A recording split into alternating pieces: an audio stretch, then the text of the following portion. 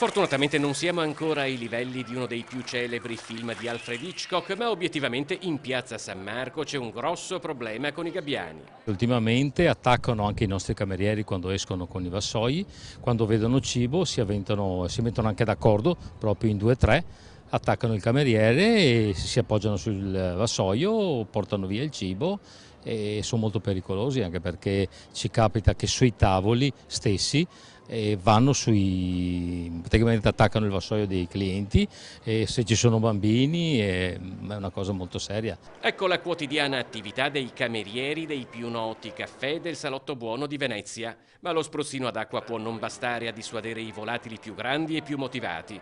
Da oltre un anno l'associazione Piazza San Marco, oltre che contro i venditori abusivi, sta combattendo una guerra contro piccioni e soprattutto gabbiani. Le hanno provate tutte, dai copri-snack prima di plastica poi di cartone, ai palloncini per spaventare i volatili, fino ai dissuasori sonori che diffondono il verso del rapace a caccia. Niente da fare, tanto che dall'associazione è stato lanciato un appello che potrebbe riassumersi con un annuncio: esperto gabbiani cercasi per liberare nota piazza italiana da invasione volatili. Non hanno paura, sono aggressivi. Non hanno paura assolutamente di nulla, avevamo provato anche noi a mettere un falco, diciamo finto, gonfiato che volava, però non è servito a nulla. È capitato che qualche cliente sia andato via proprio perché infastidito dai gabbiani?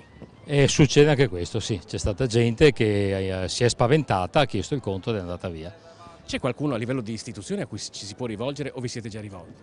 No, abbiamo cercato con la nostra associazione Piazza San Marco di rivolgersi al comune, alle istituzioni, però non vediamo risultati. Le idee sono mille e delle più disparate, si è pensato persino di diffondere nell'aria essenze repellenti per gabbiani, tutto in attesa o nella speranza che, come nella famosa fiaba dei fratelli Grimm, possa arrivare un pifferaio magico in grado di liberare una delle più belle piazze del mondo da degli ospiti indesiderati.